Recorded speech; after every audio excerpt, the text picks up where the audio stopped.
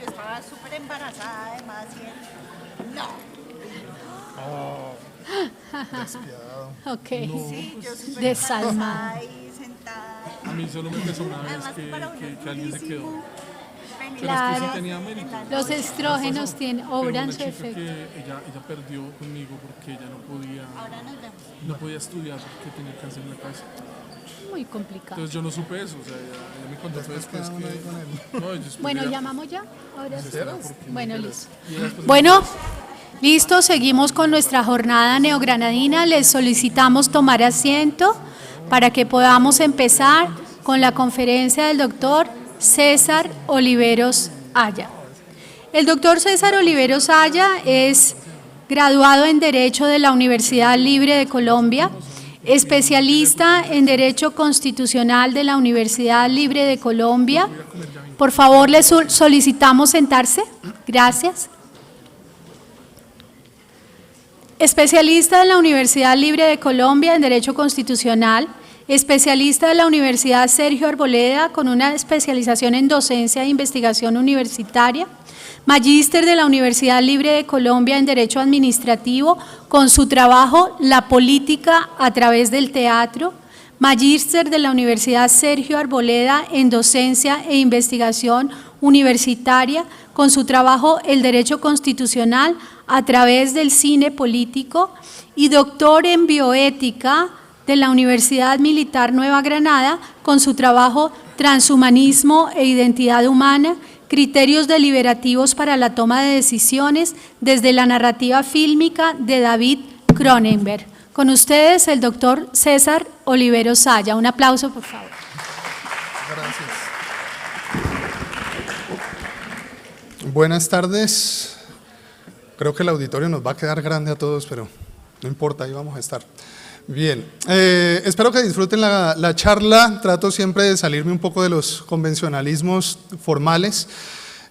Siempre las charlas en este escenario han sido más que todo pensadas para los estudiantes, más que hablar de aspectos estrictamente técnicos o formales. Me gustaría que pudiéramos de pronto interactuar a medida que vamos avanzando.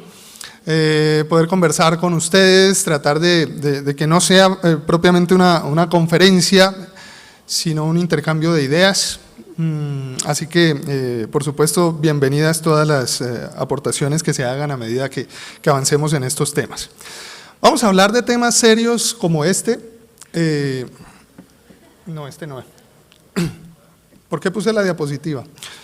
Porque este es uno de los temas que parecen importantes muchas veces en escenarios de cultura popular, ¿no?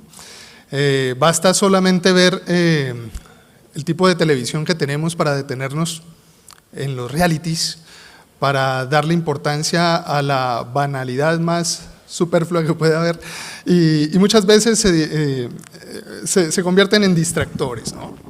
Nos gustan más otros distractores. Vamos a hablar de villanos a héroes. Vamos a hablar un poco en torno a esa pregunta de por qué muchas de las producciones televisivas de la actualidad, del cine, de las narrativas, incluso literarias, nos muestran la figura del antihéroe, a veces del, entre comillas, malo, como el héroe. ¿Por qué de un tiempo para acá nos preocupan situaciones dramáticas como la historia trágica de Walter White, ¿no?, en Breaking Bad? ¿Por qué a veces entre los meses de agosto y septiembre a uno le dan ganas de formar parte por allá de la banda de La Casa de Papel? Sobre todo con estos temas de la DIAN y todo este asunto. Sí, es bastante inspirador el relato a veces. Tampoco vamos a hablar de esta situación, aunque a veces sí aterra muchísimo, pero sí vamos a hablar del señor que está en primer plano, ¿no? ¿De dónde viene toda esta temática? ¿Por qué la intención de trabajar esta situación que a veces suena propio de escenarios de entretenimiento? La línea de investigación que yo siempre he trabajado ha sido cine y derecho. Formo parte de la Red Iberoamericana de Cine y Derecho, donde con un grupo de colegas de México, de España, de Argentina, de Chile, de Ecuador. Hemos querido organizar un escenario de investigación que pueda permitirnos leer entre líneas, leer entre imágenes, esas narrativas que forman parte precisamente de la cultura popular. ¿Quiénes son estos dos personajes ahí? Vamos a hablar con ustedes un ratico también ahí. ¿Quiénes son esos personajes que aparecen?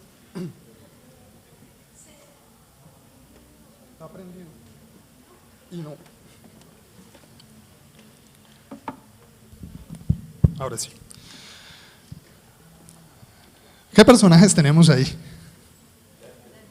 Deadpool, ¿no? ¿Y quién es Deadpool?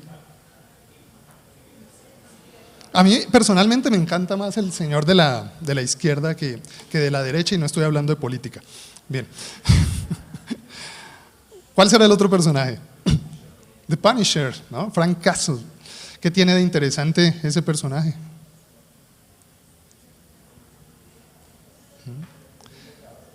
Es un vengador, bueno, sí, es un vengador técnicamente, sí. Personaje que tiene una historia trágica, ¿no? Le fue asesinada la familia, la esposa, los hijos, y decide entonces combatir el crimen a partir de, llamémoslos poderes, pero no sobrenaturales, sino muy terrenales, su formación militar, ¿no? Su vocación por esa idea a ultranza del orden, la idea del orden público, que dentro del marco del derecho y en especial del derecho internacional nos lleva a hablar de principios de seguridad, de defensa, de bienestar. Pero es un tipo bastante violento. La mayoría de sus historias, las que hemos visto en cine, no son tan violentas como las que vemos en los cómics. Y Deadpool, que por allá en una traducción que hicieron hace unas cuantas décadas, lo tradujeron masacre, ¿no? Y en las viñetas mexicanas, incluso en los tebeos españoles, pues aparece también con esa denominación. Y es el tipo más burletero de todos, ¿no? Hace de su labor vengadora una tragicomedia. Y precisamente vamos a hablar de uno de los primeros aspectos que van influenciando esta narrativa. Federico Nietzsche, en un libro llamado El nacimiento de la tragedia, desde el sentido de la música, habla de dos ideas que están presentes en las artes, están presentes en la cultura popular, que es lo apolíneo y lo dionisiaco. ¿Han escuchado hablar de esa situación? ¿Qué será eso? Cuéntanos. Sí, háblanos. No, la idea es que esto no sea tan formal, porque es que entonces acá se para el que sabe y ustedes entonces son los alumnos. Alumno sin luz, entonces no, esa parte no. Intercambiamos un poquito las ideas que vayan surgiendo a medida que vamos contando un poco alrededor de estas imágenes que vamos a ver. Lo apolíneo, lo dionisiaco, ¿está inspirado en qué?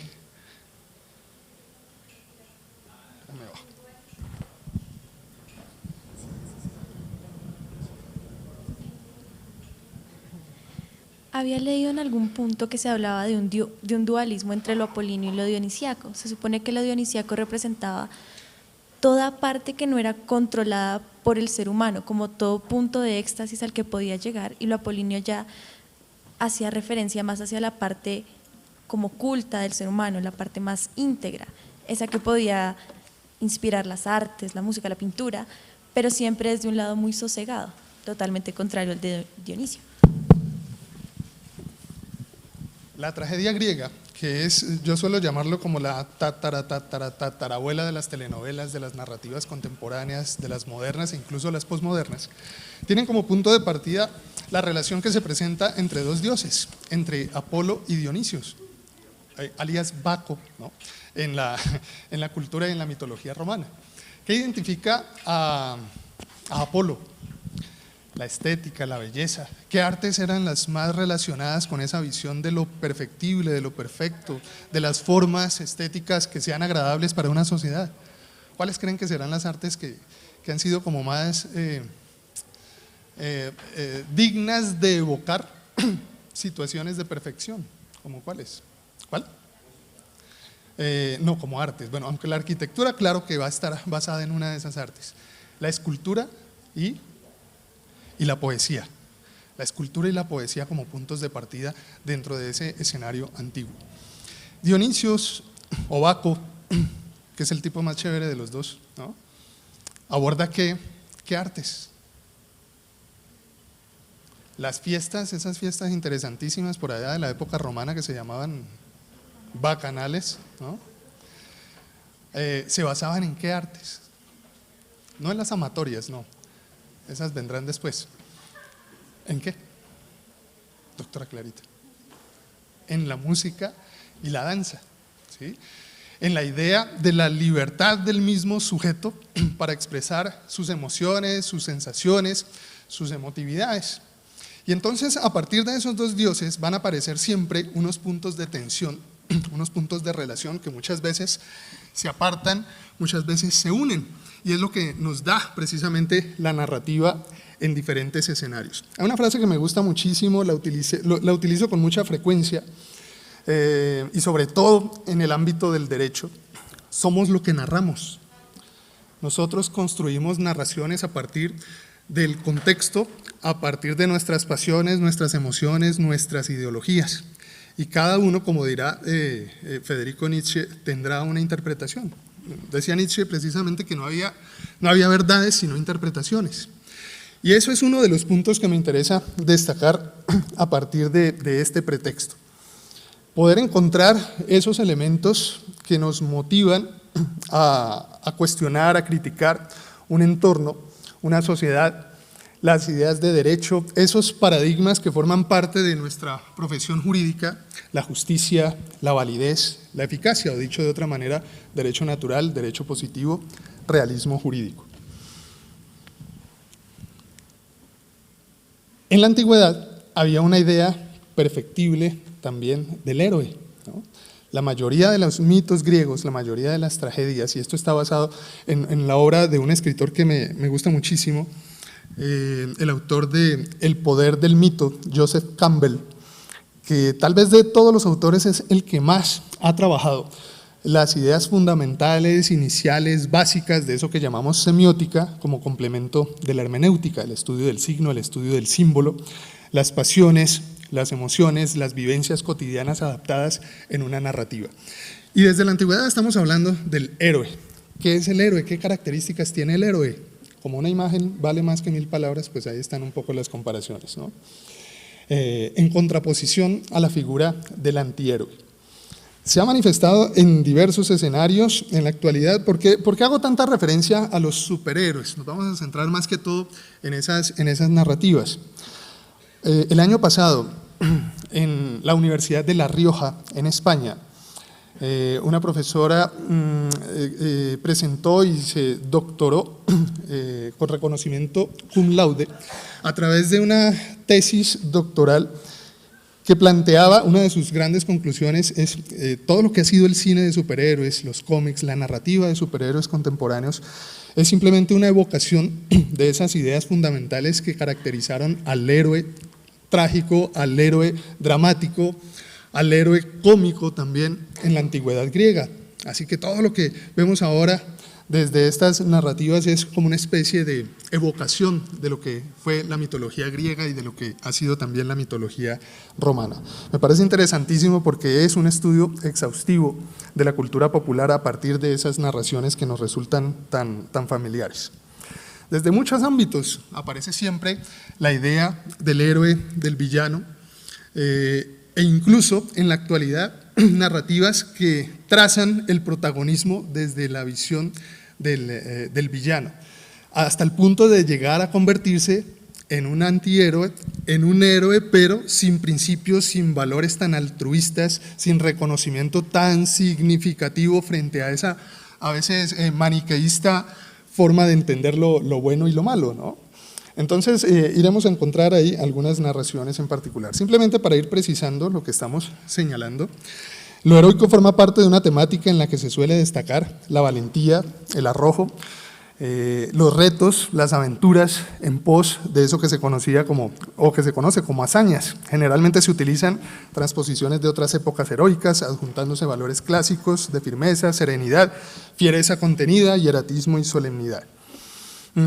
es una figura arquetípica, donde se condensan entonces esas ideas centradas en lo perfectible, en lo bien visto, en lo que es aceptable como un ideal, como un modelo. Y hemos tenido héroes de todos los matices, en particular todo lo que representa la idea del héroe en la historia patria, que muchas veces cuando nos cuentan o nos narran o nos enseñan lo que es historia oficial, y en particular la historia de Colombia, muchas veces nos cuentan esa historia como si fueran hazañas o narrativas heroicas de personajes perfectos. A veces uno se pone a ver la historia de Colombia y la historia de los próceres de la independencia nos la cuentan como si Bolívar fuera Superman, como si Santander fuera Batman, ¿no? Entonces, toda sociedad tiene esas caracterizaciones, ¿no? Hay una definición muy curiosa, muy chistosa de la noción de héroe. Héroe, dícese de aquel que no alcanzó a correr, ¿no? Y en ese sentido, pues muestra también como cierto pretexto de humanidad. Todas las sociedades se van forjando a partir de sus ideales y en particular ese elemento de patria en función de los héroes. Me gustaría que detallaran un poco esta imagen. ¿Alguien sabe qué referencia evoca? San Jorge y el dragón, ¿no? ¿Qué importancia tiene ese personaje para la historia y en particular para qué estado? Inglaterra, claro que sí. Incluso la bandera de Inglaterra es la cruz de San Jorge, ¿no? Detrás de eso pues hay todo un significado heroico, la idea de la hazaña, pero en particular el detalle de que San Jorge puede derrotar el mal a partir de toda la caracterización que la misma sociedad ha tenido del emblema heroico. En narrativas recientes, esta visión tan formal, esta es una pintura, se llama precisamente San Jorge y el dragón, es de Rafael Sanzio, uno de los grandes pintores del Renacimiento. Siempre que hablo del Renacimiento a nivel de obras humanísticas, pues siempre les digo, tengan en cuenta ahí a las tortugas ninja, ¿no? Leonardo, Rafael, Donatello y Miguel Ángel, ¿no? Esos son los 4 artistas emblemáticos significativos de esa idea del humanismo.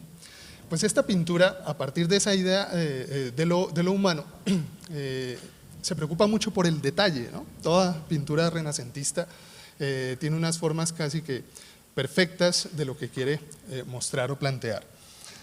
Esta narrativa se ha ido desarrollando, llegó a desarrollarse con una película para niños que también rompió los esquemas tradicionales desde la misma idea de lo estético.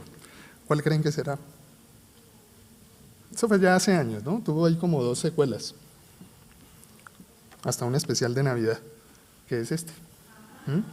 Claro, en Shrek está de alguna manera mimetizado, la mímesis es la manera como el arte copia elementos de la realidad, como transforma algunos datos, algunos mensajes, algunas ideas, algunas ideologías en general para traducirlas desde otras perspectivas. ¿Qué tuvo de interesante Shrek? La idea del antihéroe, ¿no? ¿Y por qué resultó tan interesante? ¿Por qué resultó tan taquillera? ¿Y por qué lo identificamos de manera muy fácil cada vez que vemos algunos de sus referentes? ¿Por qué será? Claro, rompe con los esquemas, rompe con la narrativa tradicional de los cuentos de hadas, ¿no? Cada uno de esos personajes creados por los hermanos Grimm en Shrek van a tener una visión de pronto mucho más terrenal, más cercana de la contemporaneidad. Pero si hay un antihéroe por excelencia que nos ha influenciado desde lo ideológico, desde lo literario, hasta decimos que es el primer referente literario de todo lo que ha ido conformando nuestra cultura, pues es este personaje, ¿no? Y me gusta mucho esa pintura porque tiene una doble hermenéutica, ¿no? Tiene ahí varias capas de referencia. El ingenioso hidalgo Don Quijote de la Mancha, de Miguel de Cervantes Saavedra. ¿Por qué resulta ser un antihéroe? A pesar de que él en la misma historia se define como un héroe, ¿no? Como un caballero. ¿Por qué resulta ser un antihéroe?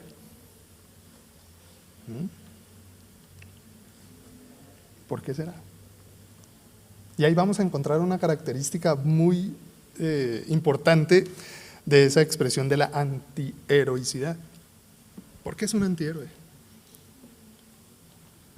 ¿Cuál sería el héroe en ese contexto de tendencias narrativas españolas? El Cid campeador, ¿no? El mío Cid. Oh, ese es el héroe, ese es el ícono de lo que sería un caballero medieval. ¿Qué características tiene don Antonio Quijano? ¿Cómo cuáles? Que está loco. Los antihéroes suelen estar locos. ¿Y qué significa eso? Entonces uno empieza a pensar enfermedad mental, ¿no? Por ahí a veces cuando tengo la oportunidad de orientar la cátedra de Derecho Romano y hablo de la condición de la esposa como hija de familia, utiliza uno la expresión, la esposa, la mujer queda in loco filiae. Bueno, uy, claro, estaba loca, pues claro, el matrimonio. No, en lugar de la hija, ¿no? Loco, locura, todo esto proviene ahí de la expresión estar en un lugar. Y desde esa noción, la idea del loco es aquella persona que está en un lugar diferente al que ocupamos la mayoría. Hay muchas ideas que puede uno ir rastreando a partir de todo ese emblema que ha significado tradicionalmente para la historia el Quijote de la Mancha. Y siempre aludiendo a sus proezas que solamente estaban en su cabeza, ¿no? Porque todos los demás lo veían como alguien ajeno a circunstancias, a las circunstancias reales. La trayectoria del antihéroe ha empezado a cobrar vigencia también en esa recuperación, que lo decíamos hace un momento con Shrek, de imágenes o de personas, de íconos que se veían siempre como los adversarios que tenían que ser destruidos, que tenían que ser derrotados. Este es el póster más reciente de la segunda parte de Maléfica, que reivindica de alguna manera esa idea de lo negativo como una forma de heroicidad también. Toda esta historia parte también desde esos aspectos importantes que ha tenido el romanticismo. Todos estos personajes que ustedes pueden ahí identificar seguramente de manera muy fácil, provienen de ese ámbito literario que abrió Frankenstein de Mary Shelley y Drácula de Bram Stoker. Hay un ensayo de William Ospina que es muy interesante a propósito de esa situación de cómo la literatura romántica en función de los monstruos o en función del monstruo desde el siglo XVIII, XIX empieza a cobrar una vigencia importante para contextualizar el dramatismo de las sociedades europeas. ¿Cómo podríamos definir, a ver si podemos hacer un poco ese ejercicio, cómo podríamos definir la característica más importante como villano, como enemigo, como parte, entre comillas, negativa de un relato de Frankenstein? ¿Qué es Frankenstein en últimas? Un incomprendido, sí señor, un outsider, como decimos ahora, ¿no? Claro. Drácula, porque ahí es donde va a surgir la figura del vampiro con quién sabe cuántas adaptaciones que han habido pues, a lo largo del cine, a lo largo de la literatura. Bueno, Frankenstein también es un solitario, hasta podría uno decir es un hijo no reconocido, ¿no? Claro, en la historia de Frankenstein el mismo creador, él está buscando al papá siempre, ¿no? Y cuando lo encuentra lo que haya como respuesta pues es un rechazo directo, ¿no? El monstruo, como uno de los íconos de los relatos, parte precisamente, lo mencionaba hace un momento, del drama individual, del drama personal, que se convierte también en referente colectivo, en referente de una sociedad. Todos estos personajes que han ido formando esa narrativa romántica del monstruo buscan algo, ya sean sujetos de una maldición, ya sean sujetos de un accidente, como el caso del fantasma de la ópera, incluso ese es mucho más joven que los demás, de una novela de Gaston Leroux. La gran cualidad que tiene este personaje es ¿cuál? El fantasma de la ópera, la música, ¿no? La música. Y es un tipo que queda deformado por un accidente se quema su cara, se quema su rostro y tiene que vivir en las, llamémoslo así, las catacumbas de la Ópera de París. Toda esta figura del monstruo es, en cierta manera, un relato de incomprendidos, un relato de solitarios, un relato de sujetos que viven al margen y que sirven para evocar precisamente los temores, los miedos de una sociedad. Ha llegado a tener tanta incidencia en la cultura popular ese conjunto de personajes que han aparecido pues, también historietas como La Liga de los Caballeros Extraordinarios, que fue llevada al cine de manera pues, bastante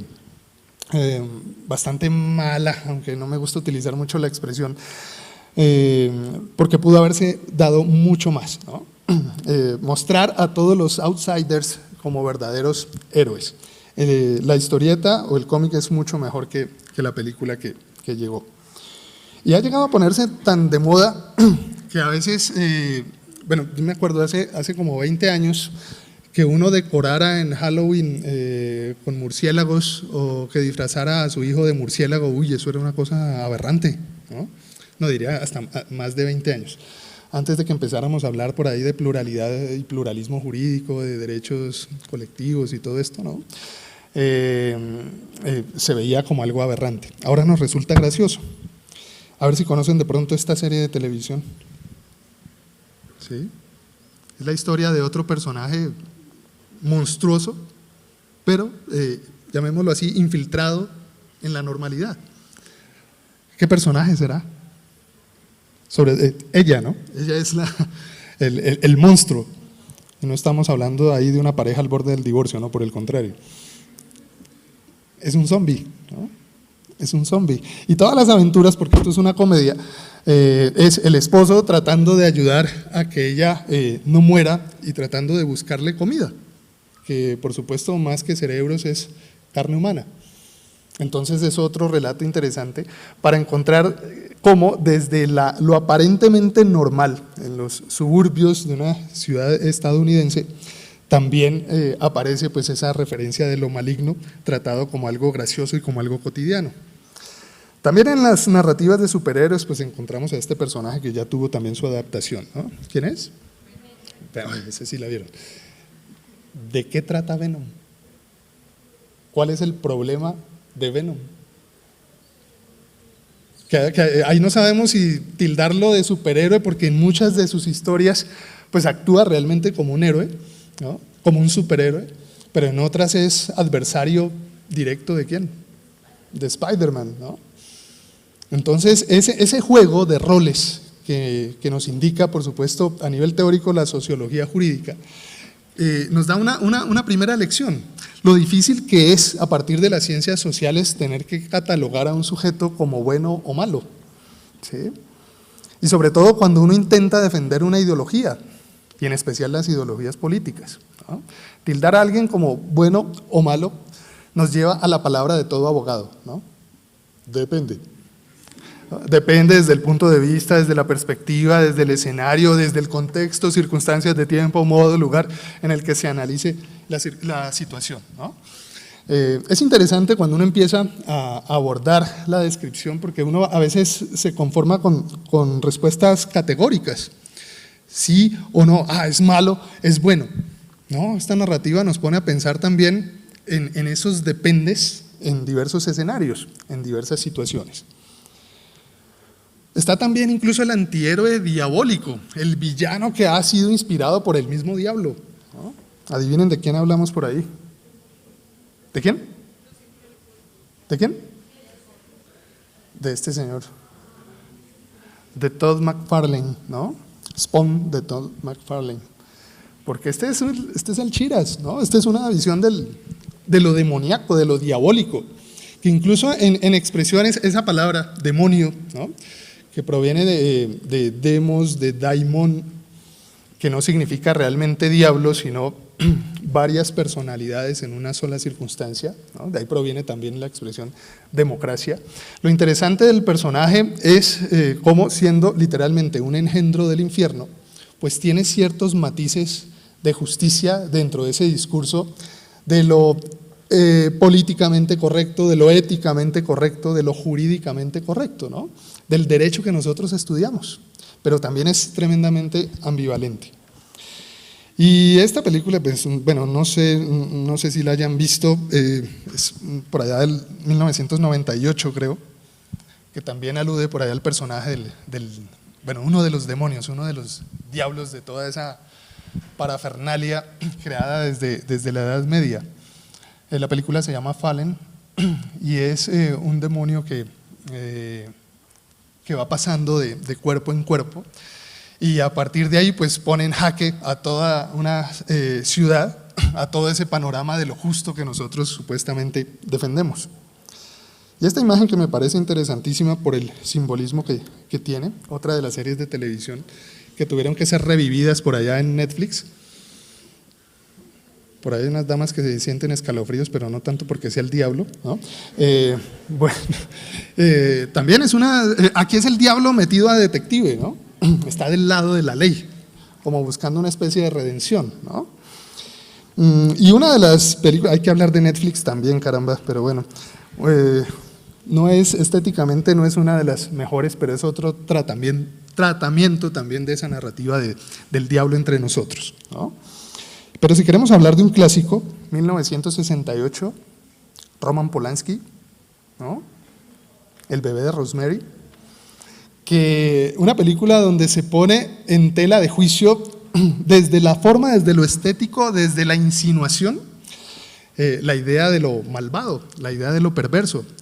Nunca vemos al diablo ahí, sino que vemos la mamá del hijo del diablo, ¿no? Y todo el dramatismo que hay alrededor de una secta. Hay personas incluso que juran, después de haber visto la película y que hayan pasado varios años, que juran que sí, que aparece el bebé y que se le ven ahí los ojos. No, nunca aparece, nunca aparece. Lo que vemos es una cuna de color negro, ¿no? Y la mamá consintiendo ahí al bebé, pero nunca vemos al bebé.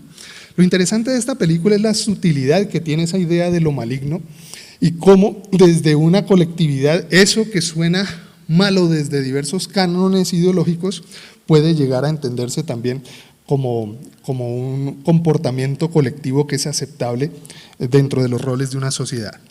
No pretende dar ninguna lección de moral, sino un ejercicio de tensión a partir de esas ideas que tradicionalmente consideramos estricta y absolutamente negativas. Desde la década de los 70 aparece también una narrativa interesante en el cine de terror. La última versión fue terrible, pero bueno, ahí sobrevivimos.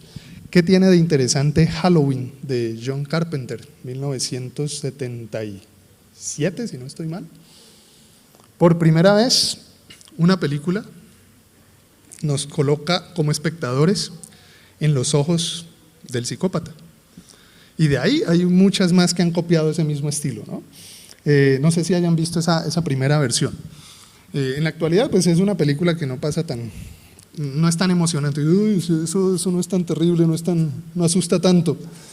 Pero, ¿qué es lo curioso? Precisamente que en algunas secuencias, cuando el villano se coloca la máscara, es la cámara subjetiva, se llama eso, la que nos coloca a nosotros como si fuéramos, o como si viéramos a través de los ojos del personaje.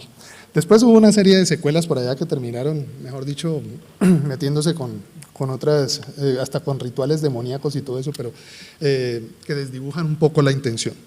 El slasher, el género del psicópata que asesina, que destroza, la evisceración explícita en la narrativa también nos va a mostrar esas circunstancias hasta el punto de crear toda una saga. Eso se puso muy de moda también con personajes como este, ¿no? Viernes 13, que aquí en Colombia la tradujeron como Martes 13, pero pues bueno, ¿no? Ahí sí, los títulos mismos van cambiando desde el mismo contexto de quien los va a digerir. Y pues que se ha vuelto hasta un meme muy gracioso, no soporté las ganas de colocarlo entonces, ¿no? Freddy Krueger, Pesadilla en la calle Elm, o Pesadilla sin fin. El meme es buenísimo, a mí me gustó muchísimo, ¿eh? Y otras narrativas también dentro de ese ámbito de lo demoníaco. El famoso Damien Thorne, La profecía, que después hubo un remake por allá en 2006 que no sirvió, mejor dicho, para nada. Toda esta narración del psicópata, del slasher, tenía como puntos fundamentales aniquilar, destruir, ¿a quiénes? ¿A quiénes? A la misma sociedad, pero no a toda la sociedad en general. Bueno, incluso los asesinos aparecen ahí destruyendo al que se le atraviese, pero pretendían, también diría uno de manera ingenua, porque todavía siguen manejándose este tipo de narrativas, ¿no? Un grupo de chicos universitarios que viajan a un lago ¿no? ¿Y cuál creen ustedes que puede ser ahí como la advertencia, el warning que coloca pues toda esta narración? Cuidado con el sexo. Si usted tiene sexo en un paseo, merece morir. Y en la primera parte, ahí no, mejor no les digo el spoiler. ¿Quién es el que mata entonces en Viernes 3 en la primera parte? La mamá. Bueno, aparecen entonces estas situaciones, ¿no? Desde la misma sociedad, desde los mismos roles que desempeñamos, desde esa idea estrictamente moral, porque es que aquí aparecen también ideologías rigurosamente religiosas, nos van a colocar en algún sentido de parte de lo que es la amenaza, de lo que es el mismo villano, ¿no? Carrie, hablando ya de las obras de Stephen King, mi placer culpable es Stephen King, toca confesarlo. Uno sabe que como narrador tiene muy buenas ideas, pero pésimos finales. ¿Vieron It? Triste. Ninguna de las dos versiones ha logrado llegar pues al impacto que tiene la novela. ¿Alguien ha visto o conoce la historia de Carrie? ¿De qué trata? Otra incomprendida, otra outsider, ¿no? Pero en especial, ¿qué circunstancia?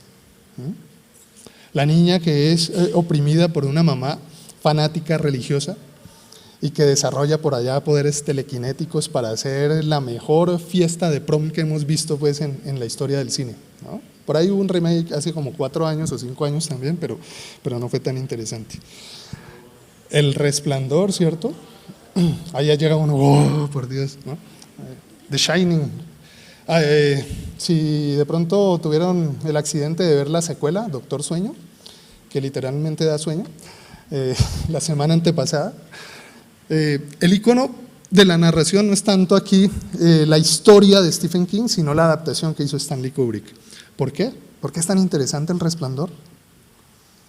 Que aquí nos ponemos del lado, bueno, a veces uno no sabe, por la interpretación de Jack Nicholson, de Jack Torrance, ¿no? O de pronto de Olivia Duvall, que ella sería la perfecta antiheroína ahí, ¿no? Estéticamente tampoco no es una actriz muy agraciada, entonces rompe los cánones del mismo cine como una especie de discurso sociocultural que hace Kubrick, ¿no? No es la heroína ya despampanante, no, es una señora bastante desarreglada, ¿no? Pero interesantísimo en la fuerza dramática que tiene la narración. El Resplandor es una de esas grandes películas en las que la semiótica manejada, orquestada, planeada rigurosamente por el director aparece en cada toma, en cada secuencia, en los colores. Acuérdense que no es simplemente la manera como se coloca la cámara, sino los colores que aparecen señalando estados de ánimo, condiciones, previniendo alguna circunstancia. Y quería hablarles también de una clasificación caprichosa que he hecho aquí, del antihéroe psicópata. ¿Han visto las películas de Chaplin? Hubo una en la que hizo de un asesino en serie. ¿Cuál sería? ¿Cómo? No, suena parecido.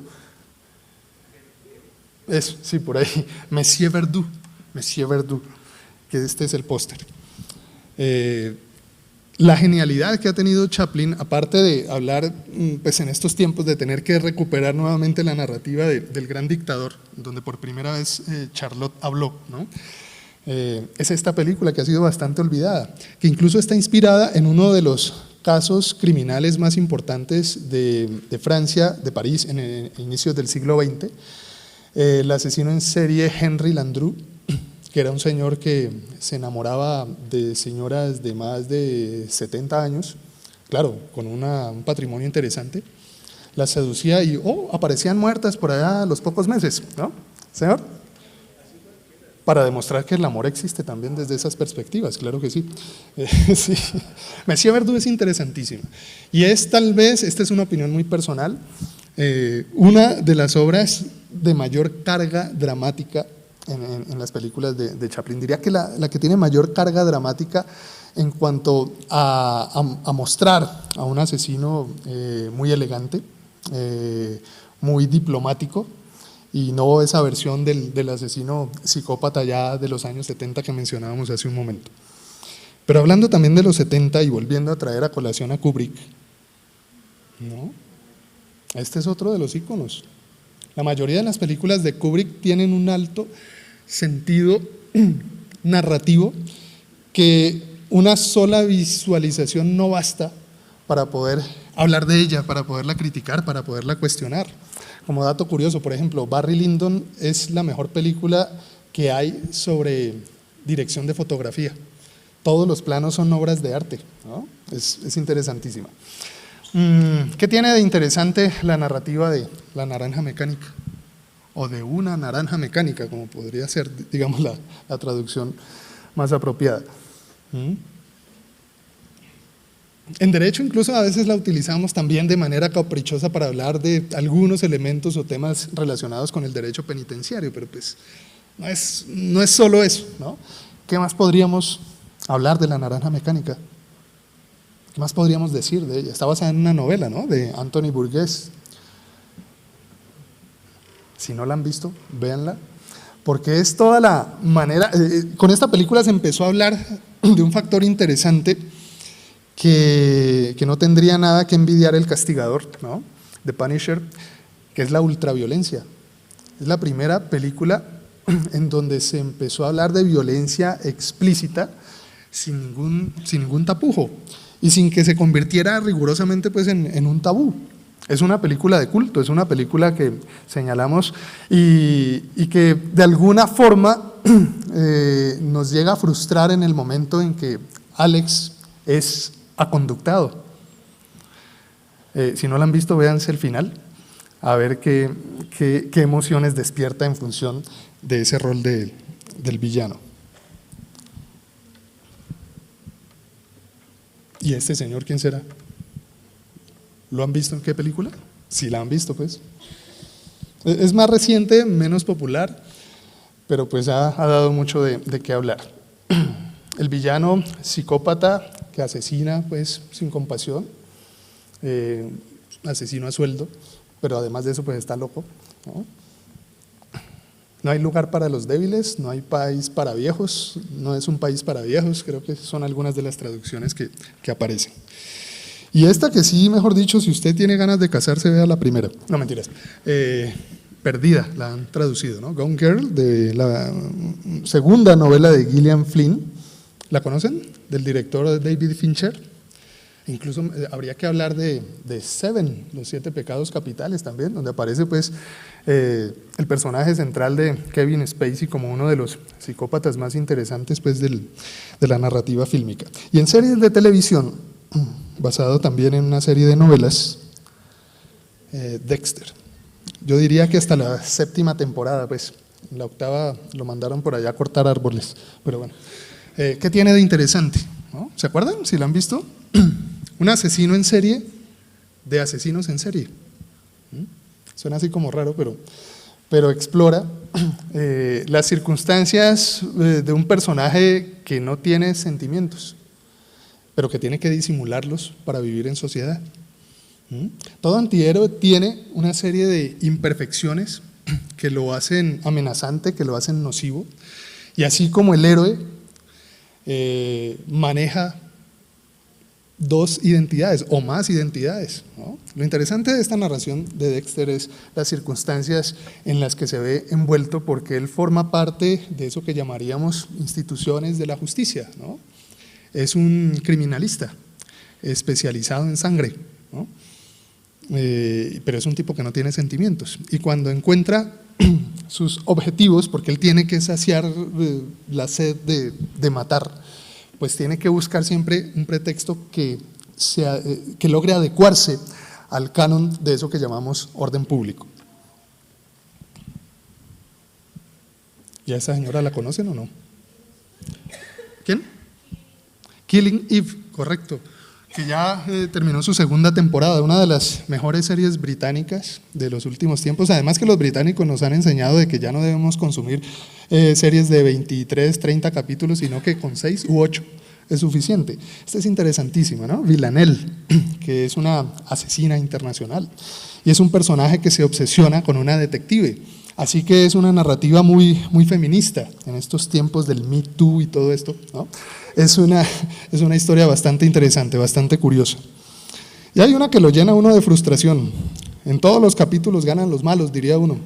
The Following, que alude a una secta de, ¿cómo decirlo?, de enseñanza intensiva para capacitar asesinos en serie, ¿no? Más o menos sería como el cliché que tendríamos. Solo fueron 3 temporadas, pero resulta curioso porque todo lo que aparece planteado como el héroe que interpreta Kevin Bacon también tiene ahí su lado siniestro, su forma de perversión.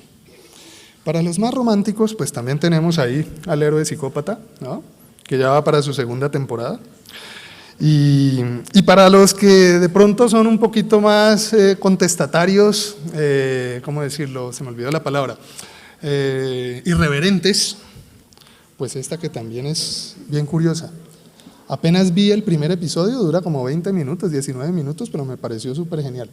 Los diálogos, las situaciones, ¿no?, la misma controversia. Los dos están llevados del, como dice ahí el título, ¿no?, pero tiene pues esa perspectiva tan curiosa. Son solitarios, outsiders. Él lo que quiere, aparentemente si lo viera una persona que no conociera la historia, tan lindos, ¿no?, pero él la quiere matar a ella, ¿no?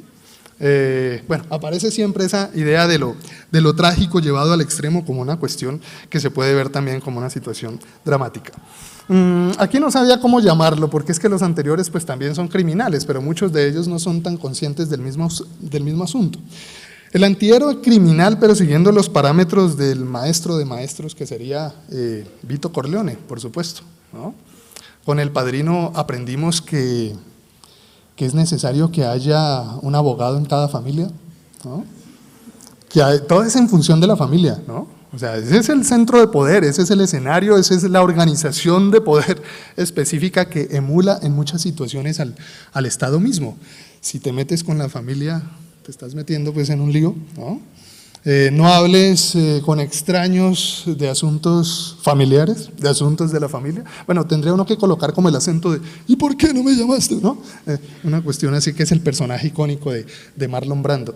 Además, la misma narrativa, que es interesantísima porque es un final sorpresa el que tiene el Padrino en la primera parte, ¿no? El hijo por el que menos se apostaba es el que resultó realmente heredando la condición del padrino. El hijo mayor, que se supone que, hablando por allá en términos de derecho romano, era el primogénito, el que tenía que heredar pues todo el imperio. ¿Cuál es su principal pecado? Porque es también la figura de un antihéroe, irascible, ¿no? La ira es lo que acaba con él. Este otro personaje que también es interesantísimo, ¿cómo se llama? Me olvidó. Tony Montana, Al Pacino, Scarface, 1982. Que es mejor esta adaptación porque ya había una versión por allá en los años 30 con Paul Mooney, también cara cortada de Scarface, pero esta está ambientada desde una perspectiva muy contundente en términos de violencia. Y otras películas un poquito más desconocidas, esto ya es para ochenters, ¿no? Por allá hubo en algún momento una serie de televisión llamada Comando Especial, y había un personaje por el que todas las chicas, Richard Grieco, que hacía de un agente de policía, que incluso también era un grupo de antihéroes, ¿no? Chicos, estudiantes que se infiltraban en colegios, en universidades para descubrir o desmantelar por allá situaciones criminales. Mobsters o mafiosos hace alusión a 4 íconos de lo que ha sido la historia de la mafia: Lucky Luciano, Meyer Lansky, Bugsy Siegel y Frank Costello, que fueron llevados también al cine, a la televisión a través de varias series. Ahora les mencionaré algunas de ellas. American Gangster, de Ridley Scott, aunque uno diría que casi todas estas películas no pueden apartarse del canon narrativo trazado por El Padrino, ¿no? Pero si hubo una serie de televisión que sorprendió fue esta, ¿no? Los Sopranos. ¿A partir de qué circunstancia? Ya no es el mafioso perfecto, no es el que domina y calcula todas las situaciones, sino que los problemas psiquiátricos, psicológicos de un mafioso. Esa es la historia transversal que tienen las 6 temporadas de Los Sopranos. Y hay otra, Boardwalk Empire, Enoch Thompson, que también nos lleva un poco a esos escenarios inspirados pues, en esa narrativa de Mario Puzo. Y si hay una serie británica interesante a partir de esa narrativa, pues es Peaky Blinders, ¿no? Que ya está en su 5ª temporada y nos muestra capítulo a capítulo también las vicisitudes internas, los dilemas, cómo se habla del crimen como si fuera un deber, ¿no? Cómo se habla del crimen como si se establecieran mandamientos, a veces no tanto en honor de la familia, sino en el prestigio o imagen del líder. Entonces van a aparecer todas esas lecturas. Algunas de narración mucho más contemporánea, Ozark, Bloodline, el bendito lío del narcotráfico, que en Colombia pues siempre esa narrativa pues ha tenido bastante éxito. Hay una historia argentina que fue muy famosa hace 2 años, El Clan, basada también pues en un evento de la vida real. Esta es dirigida por Pablo Trapero y nos muestra también que desde Sudamérica pues este tratamiento ha sido también muy curioso. Pero sí, lo que abrió, digamos, el boom de esta narración del crimen como una especie de modelo, fatalmente de modelo a seguir, fue esta serie, ¿no? Cuando empezó a transmitirse, porque tuvo 3 temporadas, los niños querían ser como, ¿cómo se llamaba este señor? Pedro León. Sí, algo así, no me acuerdo. Que ahora está sacando Telemundo su propia versión, más mexicana, ¿no? Por allá. Pero tenía esa perspectiva. Aquí fue donde empezó pues el boom de estas historias más afines. Los que suelen producir RCN, Caracol, estas narrativas, dicen, es que hay que seguir insistiendo en estas narraciones porque eso es parte de nuestra historia. Pero es que lo hacen también con sevicia, pues, ¿no? Todo lo que exportamos, y les cuento una anécdota, en México hace unos 4 años tal vez, la familia, un amigo me llevó a la casa de él, me presentó a la familia, y dice, oye, pero tú no hablas como colombiano, no, pero tú no tienes acento colombiano. Y yo, qué madre, ¿y cuál será el acento colombiano? No, pues no, de Bogotá, pues no, yo no tengo acento. No, pero es que los colombianos tienen un acento. ¿Será que toca hablar entonces así? ¡Ay, ese es el acento colombiano! Mire que, como el Capo, como Pablo Escobar y todo eso. Lamentablemente es una de esas visiones que se han convertido en narrativas transnacionales y que van generando también clichés para una situación ya de definición de una nación. Este también, ¿no? El cartel de los sapos, el cartel, Rosario Tijeras, que hasta en México ya van como por la 3ª temporada. Jorge Franco solo escribió un libro, así que no sé de dónde más habrán podido sacar. Y toda esta situación, me faltó creo que Pablo Escobar con acento portugués, Narcos, interpretada ahí por Wagner Moura, y que pretende entonces mostrar siempre esta situación que incluso como dato curioso está inspirado en una narrativa literaria estadounidense llamada el Hard Boiled. El Hard Boiled, que era una especie de planteamiento de lo que se ha conocido como la novela negra, que mostraba a los justicieros, a los villanos, a los delincuentes, en el mismo plano de relación, en el mismo plano de igualdad. Eran los tipos rudos que a través del crimen podían hacer de la justicia el principal mandamiento de una sociedad. Uy, espérame a ver.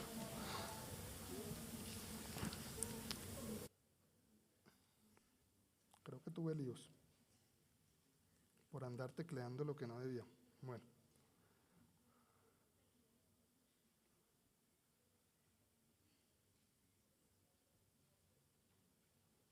¿Me va a tocar pasar a comerciales?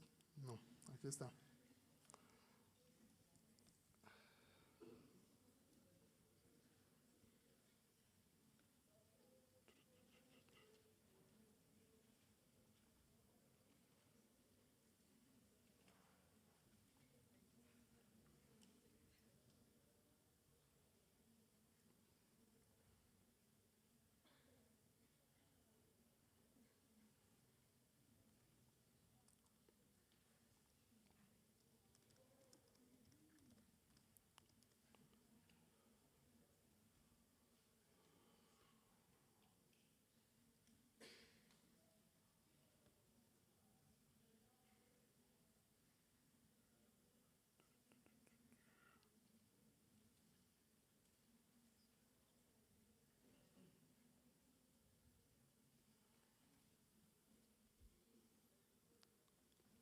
y estas películas que también se han centrado muchísimo en esa idea de los villanos, de los antihéroes, las películas de Quentin Tarantino, ¿no?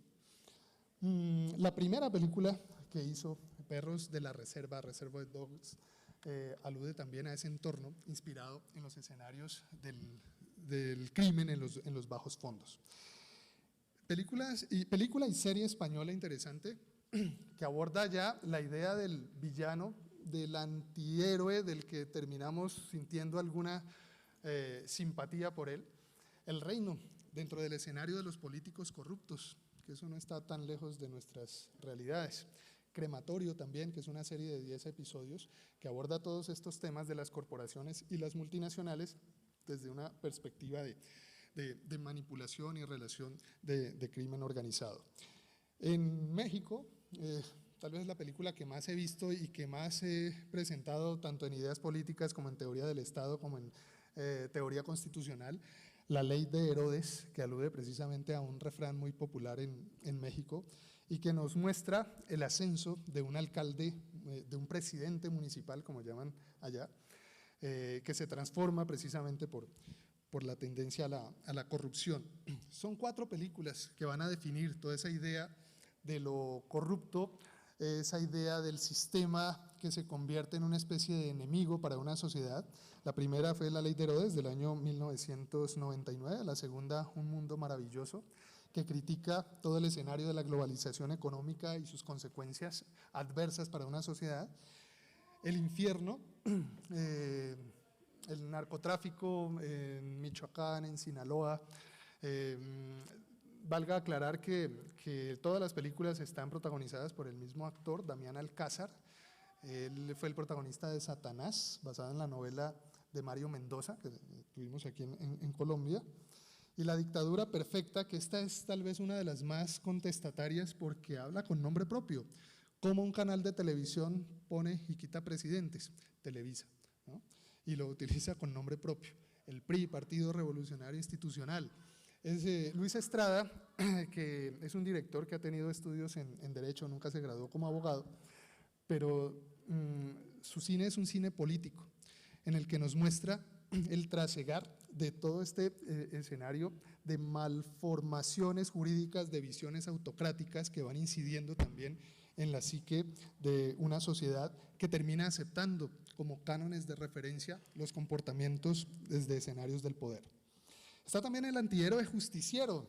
¿Y qué es el antihéroe justiciero? Pues aquellas personas que están del lado de la ley, del lado de la justicia, pero que sus maneras o sus métodos de hacer justicia no son los más apropiados.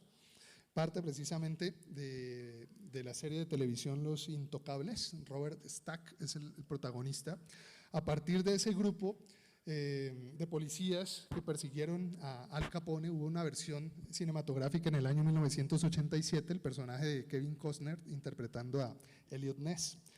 Y también tomados desde la narrativa de la novela negra, desde la novela policíaca, Simón Templar, El Santo, es una creación de un autor llamado Leslie Charteris, que tiene la característica el personaje de estar siempre al margen de la ley, es un ladrón de cuello blanco, diría uno, y inspiró también otra narrativa importante dentro de lo que fueron las series de televisión de los años 70.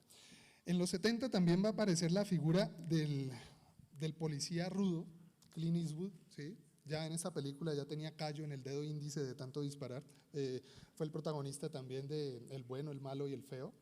Incluso una de sus últimas películas como protagonista, La Mula, que hace de un anciano que se mete pues en el trabajo de narcotraficante, nos va a mostrar siempre esa dualidad de que hasta los criminales también tienen cierta ética para lograr sus fines.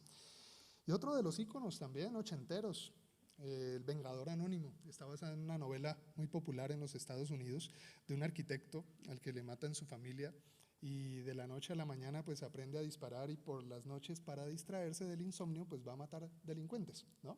Entonces aparecen siempre esas lecturas tan curiosas, tan cuestionables en el sentido de, bueno, son delincuentes pero es que están del lado de la justicia.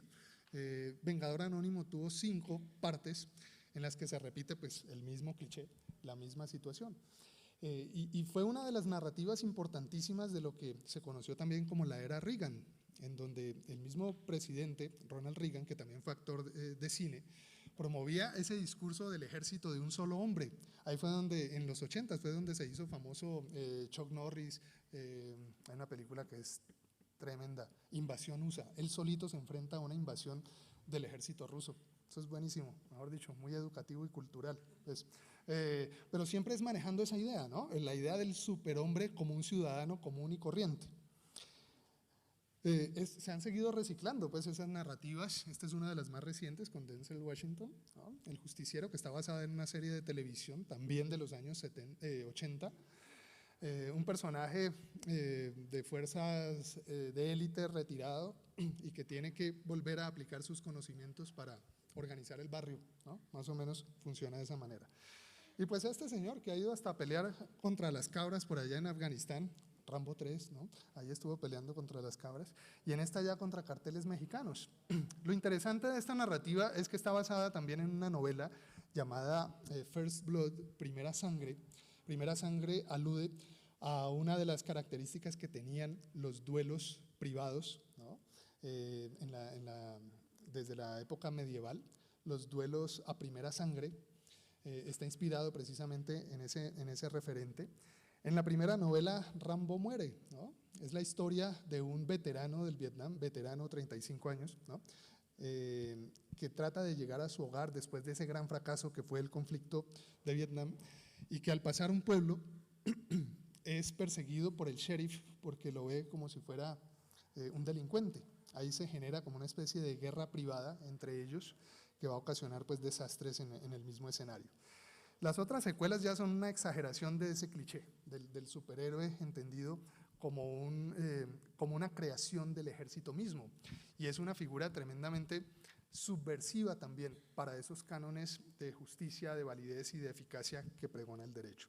Y en el ámbito también relacionado con temas de derecho internacional, 24, incluso está el dato curioso, en Estados Unidos, no recuerdo si fue en Boston o en Nueva York, no estoy tan seguro, un profesor de Derecho Internacional Público enseñaba su materia con cada capítulo de 24. ¿Por qué? Porque ahí aparece incluso esa idea de la razón de Estado, que es una frase tan peligrosa para hablar de autocracia y para hablar de la vigencia o de la tendencia que siga vigente formas dictatoriales de Estado. Se dice que para eso fue que creamos el derecho administrativo, ¿no? Para evitar las razones de Estado. Sin embargo, en esta narrativa al personaje no se le mueve ni una pestaña cuando tiene que matar por allá hasta a sus mismos compañeros que dudan en hacer esa justicia a partir del uso de la fuerza. Desde Reino Unido también está pues Luther. Aquí el poder que tiene este señor es que es tremendamente irascible, y es la única manera de aplicar justicia en los casos que tiene a colación. Tiene incluso una aliada, que es una psicópata tremenda, asesina en serie, así que todo este discurso está desde todo el escenario más negativo que uno pueda pensar, desde los principios básicos de relaciones jurídicas, pero están planteadas desde ese ámbito de lo justo. De este señor ya habíamos hablado, y hay un libro que quiero recomendarles precisamente para atender a esa pregunta: ¿por qué nos resultan tan atractivos estos personajes tan convulsionados? Estaba pensando si mostrar el título, porque pues uno también tiene allá como su moral, pero mostrémoslo. Me pareció interesantísimo ese libro. Es una investigación. El profesor Marcelino Cereijido es un fisiólogo y se ha dedicado desde hace ya más o menos unos 12 años a explorar desde escenarios de la neurociencia, desde la misma fisiología, intentar explicar lo que dice el subtítulo, un acercamiento científico a los orígenes de la maldad.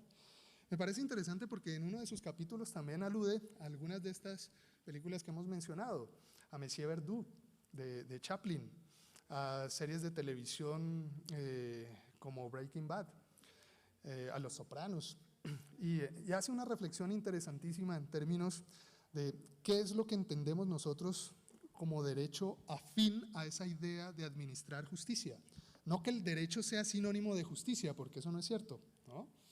sino el derecho en función de la idea de administrar justicia. Es interesantísimo el ejercicio, además que es tremendamente irreverente en su mismo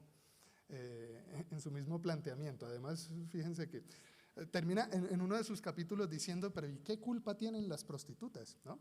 Para hacer un análisis no tanto de la expresión, sino de cómo el convencionalismo social la ha adaptado, además de un madrazo, a señalar la condición más deplorable que puede tener una persona a partir de su comportamiento e incluso de sus formas de pensar. Desde esa perspectiva, entonces, aparecen narraciones, porque Walter White sí está incurso dentro de esa clasificación que hace el profesor Marcelino Cereijido. ¿Qué tiene de interesante Breaking Bad, que ha sido catalogada como tal vez la mejor serie estadounidense o la mejor serie de televisión? ¿Ah? ¿Qué tiene de interesante? En lo personal, el último episodio no me gustó mucho, pero pues, ¿sí? Hasta hicimos nuestra adaptación parroquial, chipchombiana, Metástasis. De esa no vamos a hablar. ¿Qué tiene de interesante Breaking Bad? ¿Alguna idea en particular? ¿Alguna idea en particular? Por supuesto, aquí hablo a quienes les ha gustado, ¿no? Pero también a quienes no les ha gustado, pues, ¿qué podrían criticar o qué podrían cuestionar?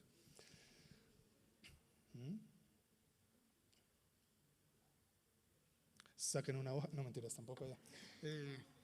Esa idea del volverse malo, que es como la traducción más cercana pues al título que tiene en inglés, es todo el proceso de la conversión en televisión de lo que Joseph Campbell llamaba el viaje del héroe. En este caso es el viaje del antihéroe, es el viaje del villano. Joseph Campbell, que estudió mucho la mitología de diversas culturas, señalaba que toda narración que vemos en cine, que toda narración que vemos en televisión, sigue unas pautas muy rigurosas, que es como una especie de búsqueda de un santo grial para cada personaje. Y lo hizo analizando películas como, la trilogía inicial de Star Wars, ¿no? El viaje del héroe, que es sometido a una serie de pruebas, a una serie de hazañas, una especie de recreación del concepto de héroe antiguo, pero a través del arte cinematográfico, del arte audiovisual, para incluir también las series de televisión que en la actualidad copian muchísimos elementos cinematográficos. Entonces, que siempre ese personaje se va a encontrar con un propósito, con una tarea, con una misión. A veces tiene tareas secundarias para lograr ese objetivo principal. Parece que estuviéramos hablando de metodología de investigación, pero bueno. Se enfrenta a un adversario, tiene usualmente un némesis, ¿no? Que es la contraparte, es la misma caracterización del héroe, pero versión negativa. Y también pasa por una serie de mentores. A eso le llama entonces Campbell el viaje del héroe. En el caso de Walter White es esa versión negativa de cómo este personaje se vuelve malo, se vuelve en una leyenda dentro de ese contexto. Heisenberg es el personaje, la otra identidad, la identidad poderosa, la identidad fuerte. Si han visto la serie, ya cuando él toma como suyo ese rol negativo, porque él tiene unos ideales, unos propósitos, ¿no? Sacar adelante a su familia, pues tiene cáncer, no sabe cuándo se va a morir, pero pues hay que asegurar la pensión, bueno, etcétera. Y empieza a convertirse entonces en un alter ego mucho más poderoso. Cuando él, en la primera situación donde él ya es prácticamente un criminal, mejora su vida sexual, mejoran sus relaciones familiares, se convierte entonces en el personaje digno de admirar. Pero tiene entonces también un declive. Netflix también sacó como una especie de epílogo, ¿no? Y para no dejar al señor Jesse Pinkman por allá frustrado, una historia de redención también, ¿no? El camino es una especie de continuación de Breaking Bad. Y llegamos aquí a estos personajes que, como les decía, resultan muy curiosos dentro de esa visión de hablar de qué. ¿Por qué es tan curioso la canción que ponen de moda los mismos personajes ahí, ¿no? ¿Cómo se llama esa canción? Eso, Bella Ciao, ¿no?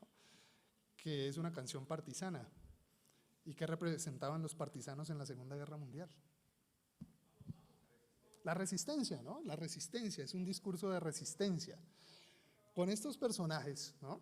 Además de todo el marketing que ha tenido la serie, cuando uno está viendo ya los episodios, a mí me costó mucho trabajo empezar a verla, pero creo que la alargaron demasiado.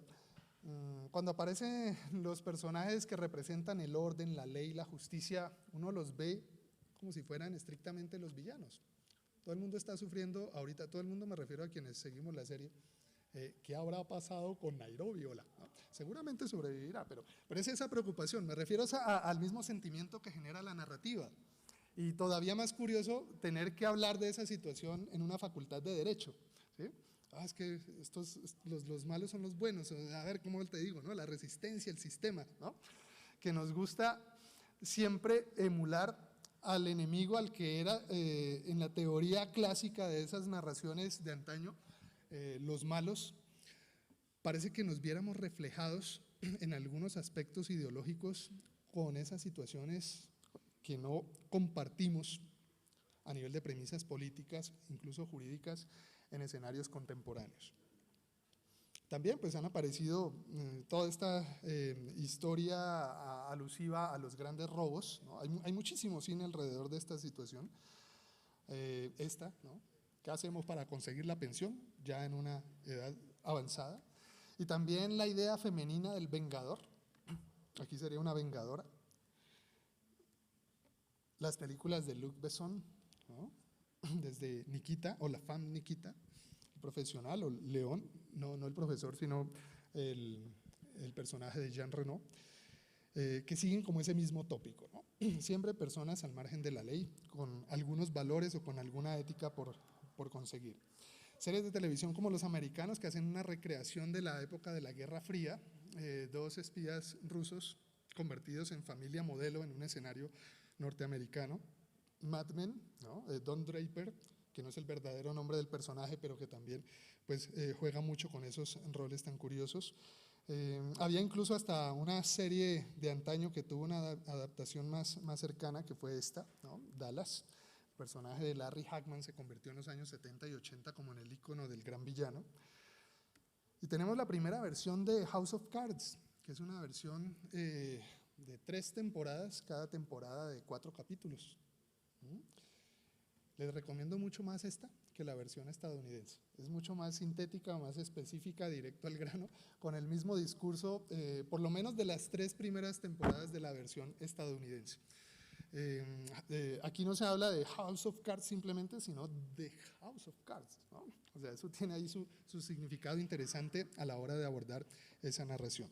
Pero la que más ha sido popularizada pues es la versión de Frank Underwood, la versión estadounidense. Y ahí podemos seguir mencionando otros ejemplos de personajes que defienden la idea de la ley o que están en escenarios jurídico-políticos aceptables, convenientes, convencionales. Justified, The Shield, es que este señor era bien interesante, ¿no?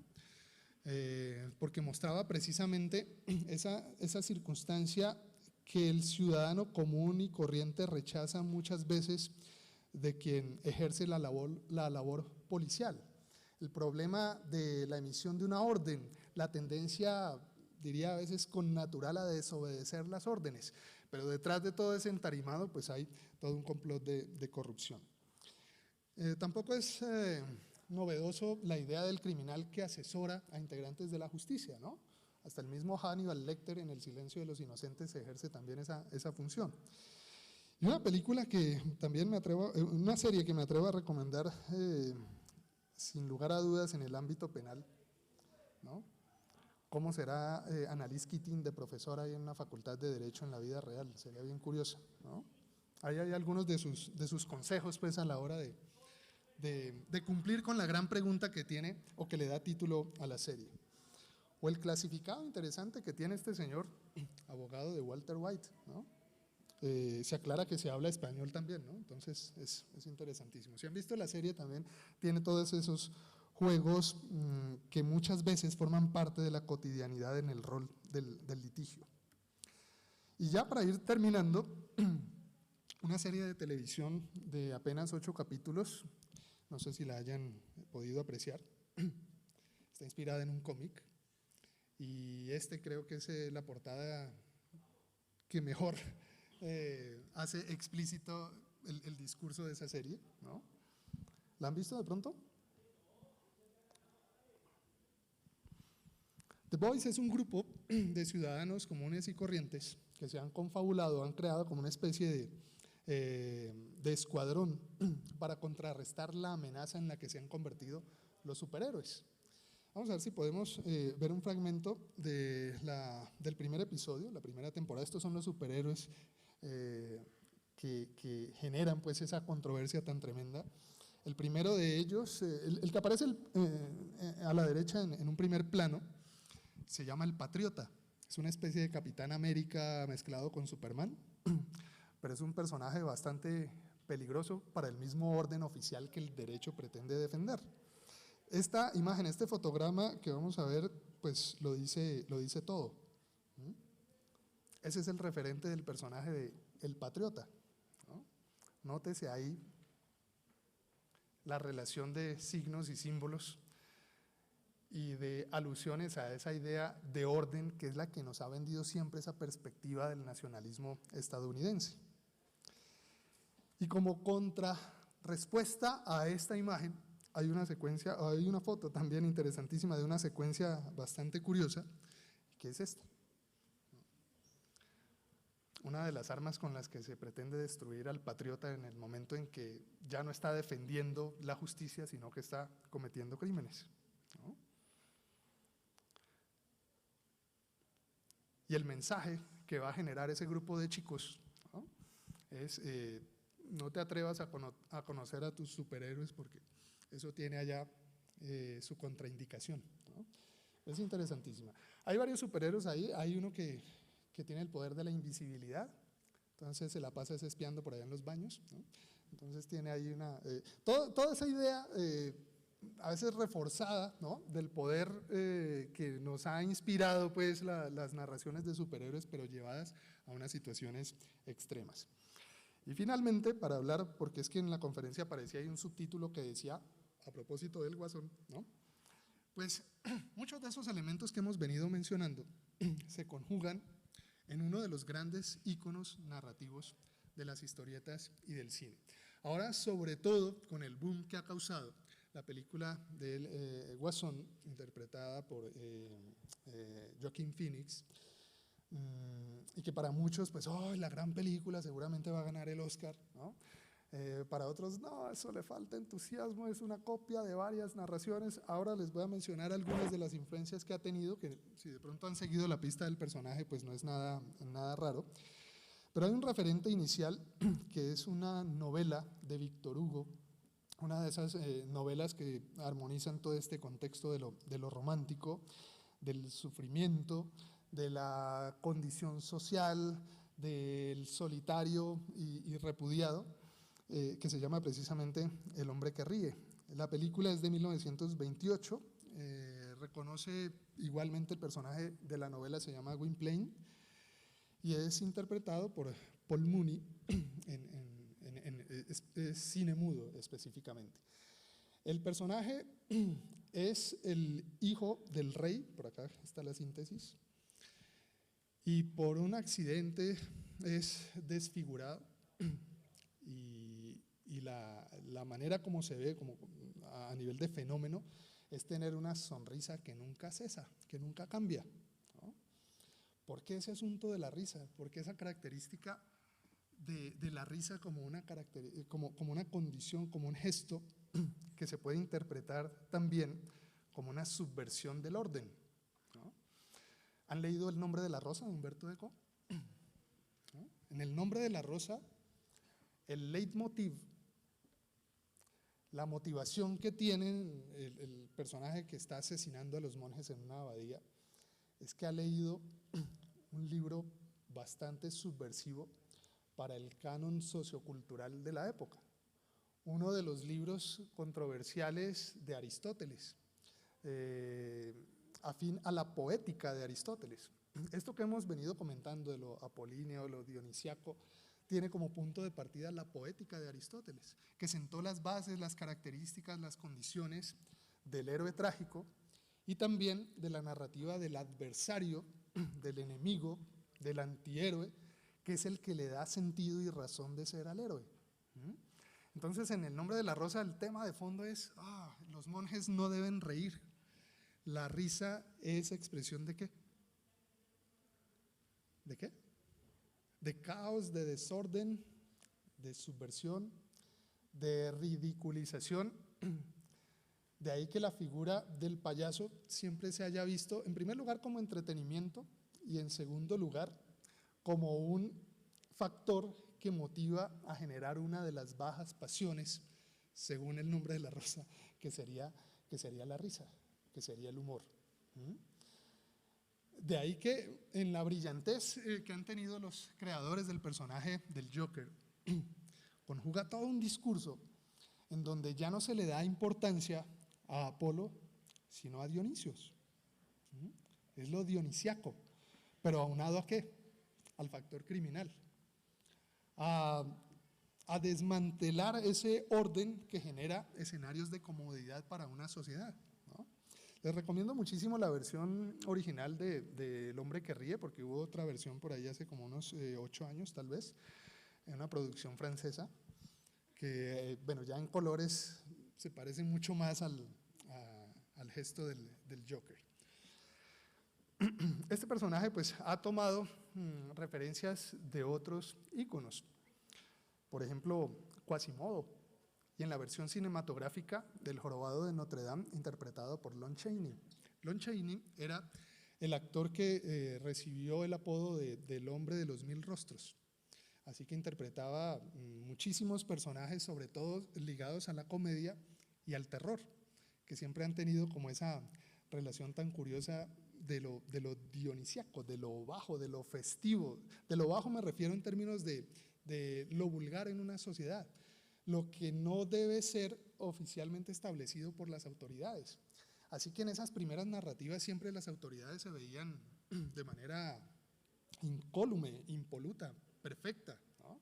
Era la misma idea tradicional de que el Estado, todas las actuaciones que generaba el Estado eran para el bienestar de una sociedad, y que los errores que pudiera cometer el Estado, bueno, eso no debería ser tan terrible.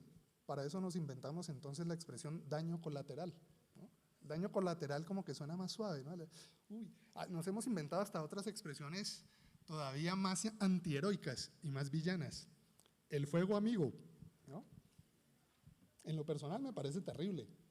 Expresiones como humanizar la guerra, derecho internacional humanitario. Eso, ninguna guerra es humanizable, pues siempre genera daños, perjuicios.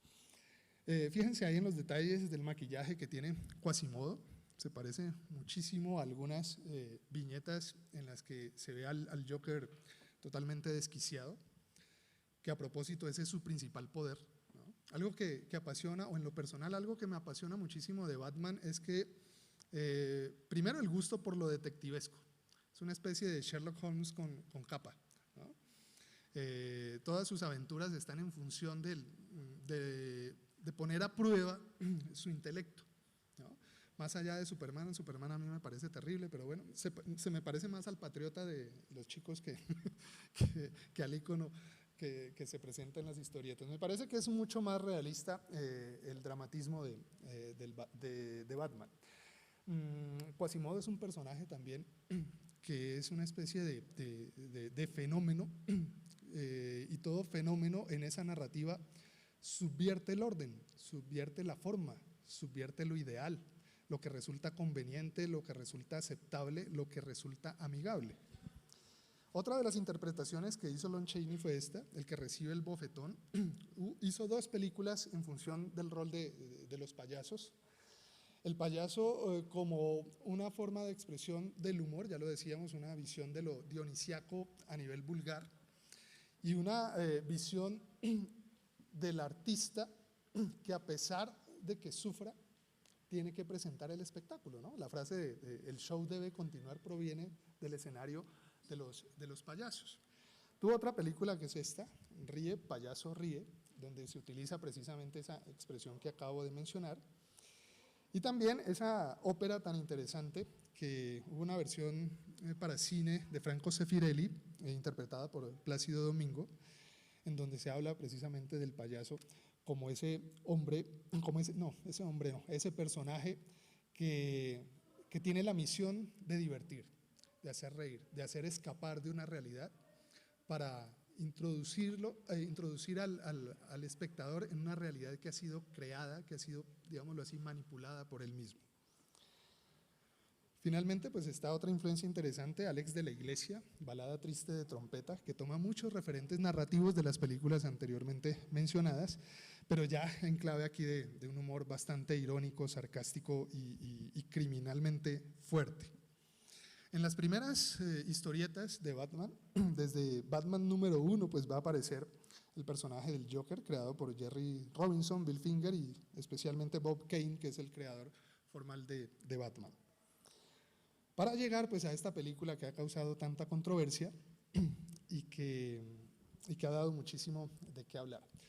Cuando una película se convierte, ahora como decimos pues en los tiempos de internet, en una tendencia, es porque está marcando alguna condición característica que sirve como símbolo, como ícono para defender una idea, una ideología o simplemente una opinión del mundo con el que interactúa. En muchas de las secuencias de El Guasón aparecen alusiones a las películas anteriormente mencionadas. Por ejemplo, este es un fotograma del hombre que ríe, y es volver a esa reflexión de por qué la risa genera una distorsión del rostro y por tanto una destrucción de lo estéticamente presentable, de lo que se entendería como un rango de orden, como un rango de bueno, de estabilidad. En esta secuencia pues encontramos ahí como una relación interesante en el tratamiento del mismo personaje. Ninguna película, o la mayoría de las películas bien trabajadas, ninguna de las escenas surge por casualidad. Así que siempre, en términos artísticos, estamos recreándonos, digámoslo de manera escueta, estamos copiándonos mutuamente para mostrar ¿qué? Otro punto de vista, otro enfoque, otra perspectiva, otro nivel de interpretación. Ese es el discurso que manejamos en metodología de investigación, ¿no? Difícilmente creamos algo original, lo que hacemos son adaptaciones, Nietzsche por allá, interpretaciones, ¿no?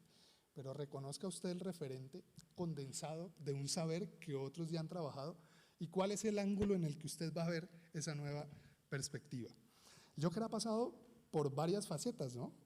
Por esta, por ejemplo, de convertirse en otra realidad alternativa, en el émulo de Batman, el sincretismo del héroe y villano en una misma circunstancia, en una misma situación.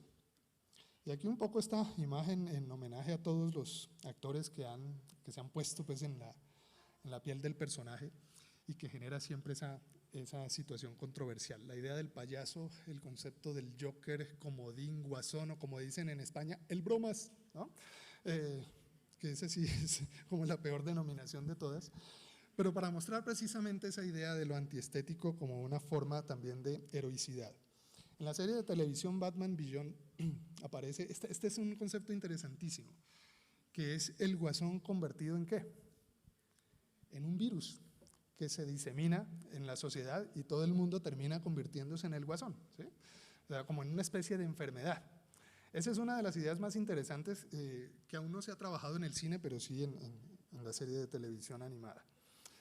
El tema de recurrir a las bromas, a la figura del payaso como comodín, es decir, como factor que acomoda diversas circunstancias para buscar un propósito individual o personal. Ya decíamos que el principal poder del guasón pues es su locura. Y está este dato curioso, ¿no?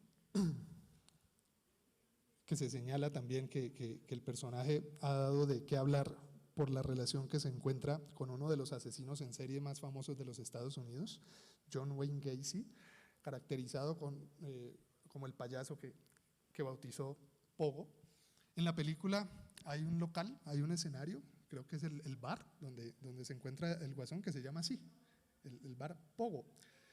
y pues seguramente encontraremos ahí una relación, alguna alusión precisamente a este personaje.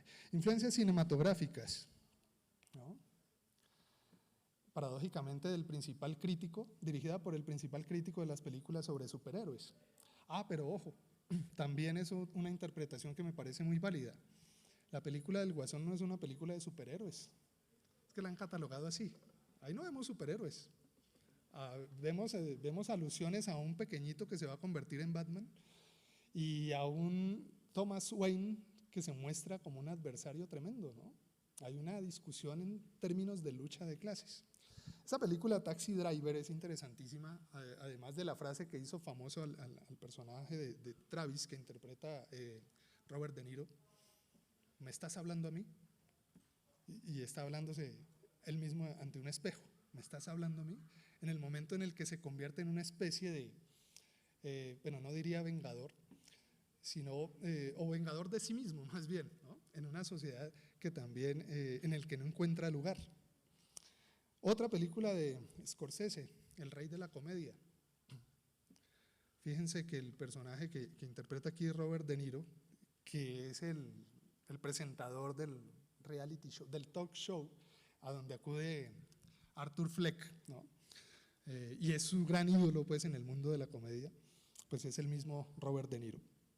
La viñeta que vemos al lado izquierdo es una imagen del Joker, del regreso del Caballero Oscuro, y portan la misma chaqueta, ¿no? La misma indumentaria. Tiene ahí pues una referencia bien curiosa. Otro personaje que aparentemente pues ha influenciado la interpretación de Phoenix es el de Jack Nicholson en Alguien voló sobre el nido del cuco, que lo titularon en Colombia Atrapado sin salida, ¿no?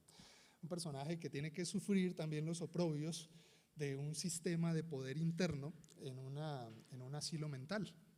De ahí que aparezcan entonces algunos de esos comportamientos o referencias narrativas que tiene el personaje del Guasón.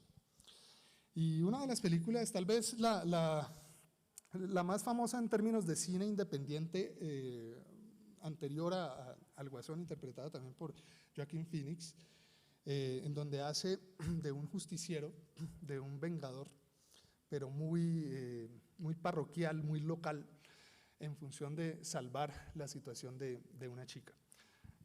Realmente has estado aquí, creo que se llama la película. Las famosas escaleras, ¿no? Aquí hay un indicador semiótico interesante. La secuencia, perdón, el fotograma de la izquierda hace parte de la última secuencia del Exorcista, la primera parte, en donde el padre Carras rueda por las escaleras, en donde se supone que lleva adentro ya el demonio, ¿no? El diablo, y ha salvado a la niña con la que hemos sufrido durante más de 2 horas, ¿no? Y en contraposición, el baile de las escaleras, el famoso baile de las escaleras, que hace alusión también, la melodía que se escucha ahí, si han leído por ahí en internet, ¿no? También ha tenido su controversia. Forma parte de una creación de rock, no recuerdo el nombre del compositor, pero hasta el mismo compositor ha salido a bailar pues en el panorama, en la palestra pública, a partir de una falacia ad hominem, ¿no? O sea, es que eso fue compuesto por un pedófilo, uy, qué cosa tan terrible, quién sabe qué mensaje satánico haya. Bueno, eso es una falacia ad hominem, terminar hablando del personaje y no de su obra a partir de la intención de deslegitimarla.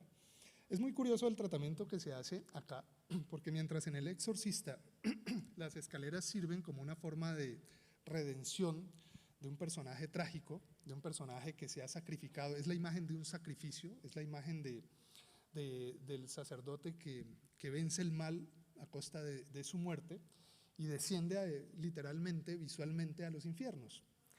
El personaje del Joker también desciende a los infiernos, pero en un acto victorioso, en un acto de redención, no del mundo, no de otra persona, sino de sí mismo. Y ese es el manejo tan interesante que tiene. Además, no va cayendo, sino que va bailando. Es una visión de perfección que ha tenido el personaje. Y algunas de esas ideas o de esos mensajes que van pasando a medida que uno revisa el metraje. Aquí el mensaje que que mencionábamos hace un momento, de Thomas Wayne, los que sí hemos hecho algo en la vida podemos darnos el lujo de mirar como payasos a los que no. ¿Qué es el payaso? ¿Qué es lo dionisiaco? ¿Por qué rompe la estructura del orden? ¿Por qué es subvertible? A nadie le importa la gente como yo. Ustedes, los poderosos, pensaron que nos quedaríamos sentados como niños buenos mientras nos maltratan y humillan. Ya nadie es capaz de ponerse en los zapatos del otro. Bueno, ya han habido manifestaciones similares al Anonymous, inspirado por V de Vendetta también, ¿no? En ese sentido, la cultura popular, a través de expresiones artísticas, va generando apropiaciones de signos y de símbolos, de narrativas, somos lo que narramos, a partir de las propias luchas individuales, particulares o colectivas que tengamos en un entorno. Si me designan como desecho, orgulloso seré. Si para el otro soy un payaso, entonces los invisibles, los parias, los apestados, todos somos payasos. Y concluye pues en esa orgía de éxito del personaje donde la ciudad, como dirían los españoles, se sale de madre, ¿no? Durante toda mi vida no sabía si realmente existía, pero existo y la gente comienza a notarlo. Más allá de ser una película que invite al desorden, como han señalado por ahí, ¿no? Que si usted ve la película entonces automáticamente queda adiestrado para el 21 de noviembre, pues no. Es un referente interesante en las interpretaciones de la idea del derecho, de la idea del héroe, del antihéroe. A veces decimos que, utilizando también frases que aparecen en estas narraciones, ¿tenemos el derecho que necesitamos? ¿Tenemos el héroe que necesitamos? ¿No? Acuérdense ahí del Caballero Oscuro. Este es el héroe que necesitamos ahora, hoy, pero hay que cambiar su enfoque, hay que cambiar su tópico. ¿Qué tipo de derecho es el que necesitamos? ¿Qué tipo de derecho es el que defendemos? Partiendo de la base que el derecho que estudiamos es un derecho foráneo, no es nuestro, no lo hemos creado, no lo hemos inventado, lo hemos adaptado a una realidad y no siempre el derecho es, ni tiene por qué serlo, un sinónimo de justicia. Más bien es un instrumento para administrar justicia. Y ahí no hablamos de lo bueno, de lo malo, sino de lo conveniente, de lo adecuado. La última imagen es la del Guasón, que no se conoce oficialmente así en la serie de Gotham. Por derechos de autor le cambiaron el nombre al personaje. Y me pareció interesante traer a colación uno de los pensamientos, una de las frases de Alan Moore, tal vez el creador de la historieta que más justificación ha dado al origen del Guasón, The Killing Joke. El Guasón es el caos, salvaje, sin medida. No hay medias tintas en su percepción del horror como belleza, del miedo como herramienta moral. El Guasón está convencido que la locura y la cordura solo son partes de un mismo día. Esto no es nada profético, pero me pareció divertidísimo colocar como fin esta imagen. Les agradezco muchísimo la atención, muy amables por aguantarme. Preguntas, comentarios, denuncias, demandas, quejas, reclamos, lo que sea, serán bienvenidas. No sé, comentarios, ya que no quisieron conversar conmigo hace rato, pero bueno. No sé si quieren plantear algo, alguna idea, no sé. Quería mostrarles una secuencia de primer capítulo de The Boys, pero creo que ya no alcanzamos. No sé. ¿Comentarios? Voy a buscarla aquí y ya miramos. ¿Dónde? Ah, sí.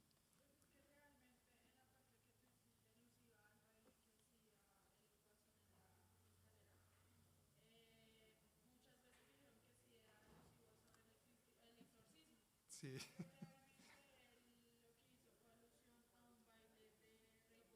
Sí, exactamente.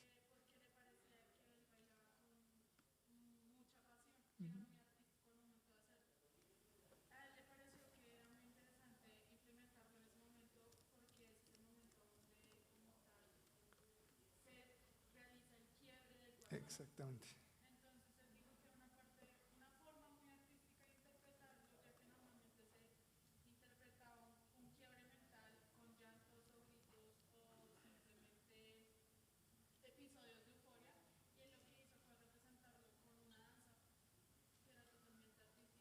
Sí.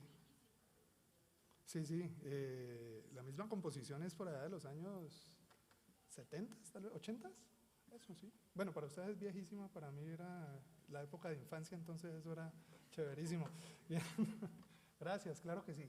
Hago alusión ahí al fotograma del exorcista, precisamente porque en el tratamiento que se hace en el cine con el juego de las escaleras, dependiendo del rol que asume un personaje, si va ascendiendo, entonces es la idea de lo apolíneo, lo estéticamente, va a triunfar. Acuérdense ahí de Rocky, si han visto Rocky 1, ¿no? El tipo llega allá y triunfa, todavía no ha ganado la pelea, pero él ya es el púgil que quiere ser. Aquí es el descenso a los infiernos, ¿no? Infiernos en el sentido de submundo, inframundo, no porque sea una cuestión mala, pero es más bien una cuestión de degradación. No tengo el poder, pero asumo otro tipo de poder, otro tipo de derecho, otro tipo de ley. La idea de justicia privada, incluso como referencia para el personaje mismo.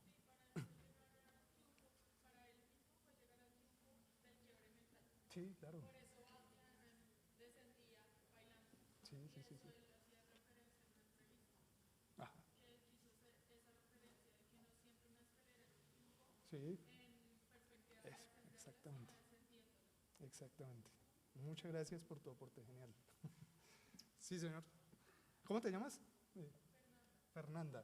¿Tú? Samuel. Cuéntanos, Samuel.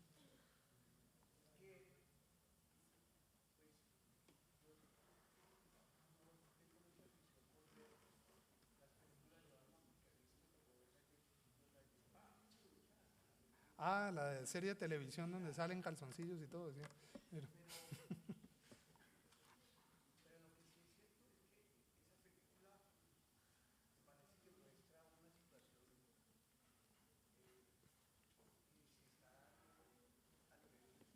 ¿Qué le pasa?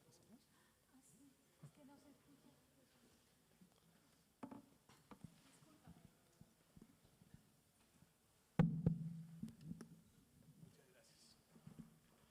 Qué pena. Le decía que esa película pues refleja un problema grandísimo que vivimos todos. Todos de alguna manera tenemos reprimido una cantidad de cosas, de sentimientos, de odio, que luego se refleja como que apenas alguien pone punto y todos de alguna manera soltamos lo que hay. Es increíble que uno en la película sienta como tranquilidad y reposo cuando el tipo mata a 3 personas. Y entonces dice, uy, qué bueno que lo mató. O sea, no dice, pero lo piensa y lo siente.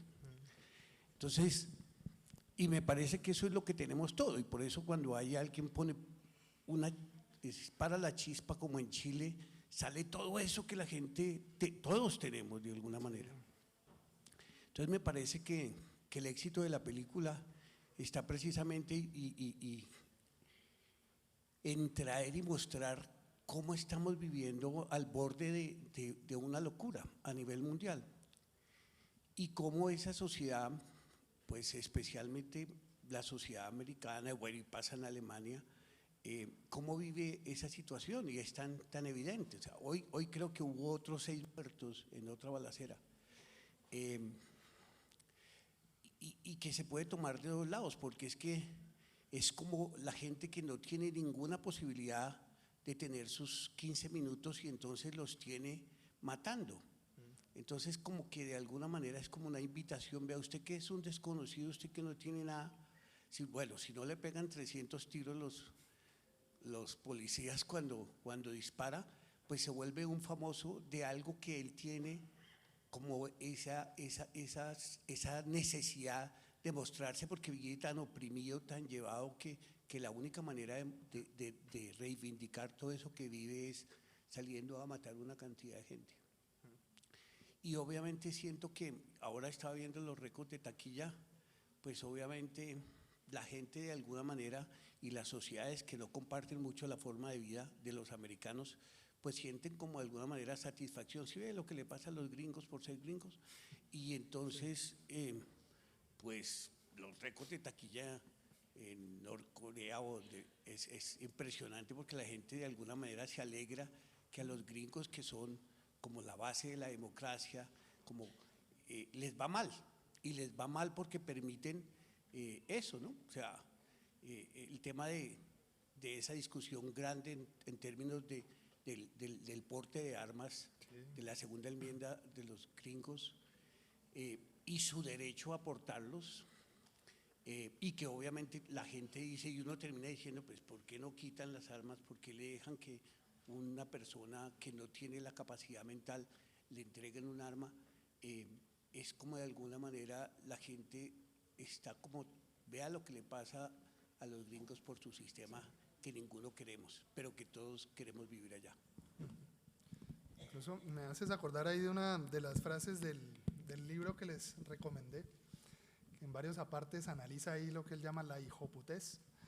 Entonces dice, en estados o en sociedades subdesarrolladas, él es argentino, en estados o sociedades subdesarrolladas y en particular en Sudamérica, uno de los grandes problemas que tenemos es el analfabetismo científico, en donde la misma academia, y hay que reconocerlo así, nos hemos mantenido también muy al margen de las propias discusiones políticas. Las discusiones políticas en el sentido del tipo de Estado que se supone que deberíamos tener a la luz de una constitución, el tipo de ciudadano que deberíamos ser. Y que una de las grandes estrategias de ser un Hewlett Packard, ¿no? es precisamente negarnos a investigar nuestro entorno, a formar parte, a tener un rol activo en nuestro entorno. En Colombia incluso, que no sé qué tan cierto sea el dato, pero pues aparece siempre como un referente por ahí ambiguo, quitar la cátedra de historia en nuestras escuelas es negar lo que somos, es seguir creyendo que salir como abogados, que ser profesionales es simplemente otro producto más que se crea en la larga cadena de bienes, productos o servicios que tiene la misma globalización, ¿no? No sé, es una reflexión ahí muy curiosa, muy interesante. ¿Alguien más? Profe.